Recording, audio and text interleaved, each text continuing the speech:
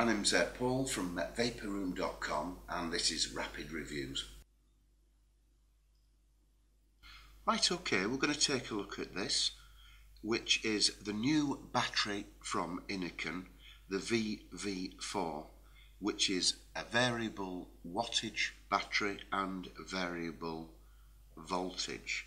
The wattage is variable from 3 to 15 watts, which is an improvement on the last version, which only went up to 11 watts. The volts also goes up to 6 volts, whereas the previous one only went up to 5 volts. There are two versions, the 1000 milliampere hour or there is a 750 milliampere hour. That is the difference between these two batteries, just the milliampere hour. All the features that I'm going to go through here are the same on both batteries. I'll unbox them for size. You can compare them both for size. I'll also bring in the V3 so you can compare the size with that one. They come in a nice acrylic box with the battery charging lead, which is an improvement on the last charging lead. It's nice thick wire, very solid on the connections. It's the same micro USB as the V3. They've kept that socket exactly the same as it was. They come with user manual, Apple-esque stickers with the Innokin logo and some battery information. The 750 comes with exactly the same, just a different box because it's a shorter battery, with the charging lead, instruction manual and everything else. Those are the two side by side. I'll bring in the V3 just for a comparison. The V3 obviously is just a little bit shorter than the 750 because of this display. They've had to pinch a bit of space there to get this larger display in. This is an OLED display, whereas on the V3 it was a 7-segment LED display. The OLED display, it hosts a lot more information on the screen at any one time. Other improvements that they've made are, firstly, the button. It does feel a lot more solid when you press the button.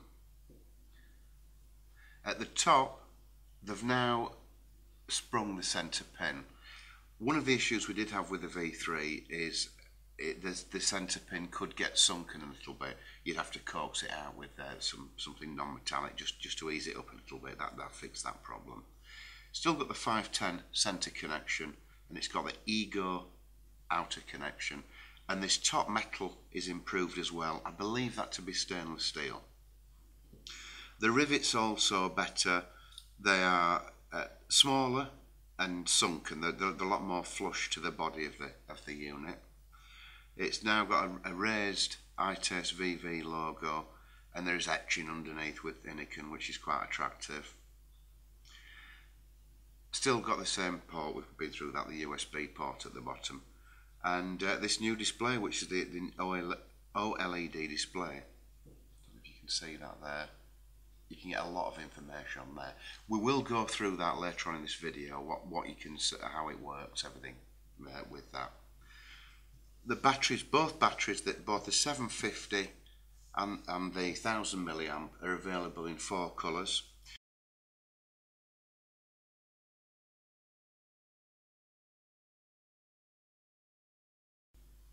And those colours are described as chromatic, which is this one, which is a new one to Innokin.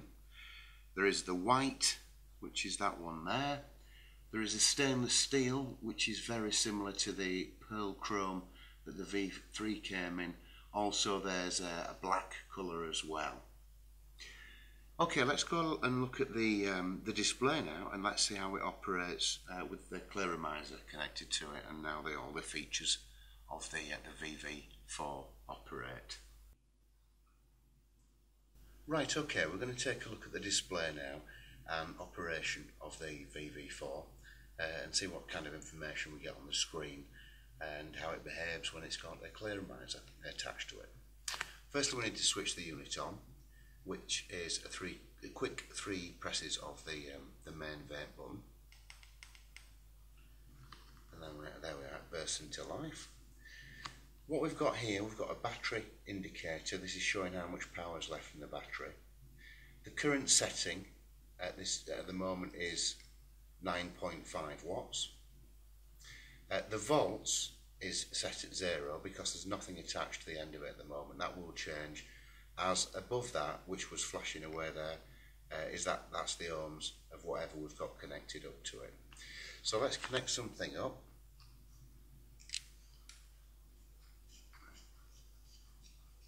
And see what happens now. Just push the buttons. Okay, now what it's telling us is it's 1.5 ohms. That is the atomizer that's connected, which is correct. Bring it back to life again. Okay. If we press the vape button, there we go. Then it's shown us what it's what the volts is there. Press it again. You can hear it firing up, and that's 3.7.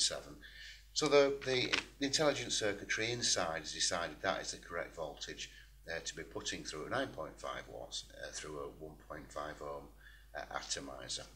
Okay, so we're in watts mode at the moment. If we want to change it to volts mode, if we press and hold the minus and also this button at the same time, put it on. There we go, try again. There we go. Now that's just switched and it's now in volts mode. So it is either or. You can have it in volts or you can have it in watts, whichever you prefer.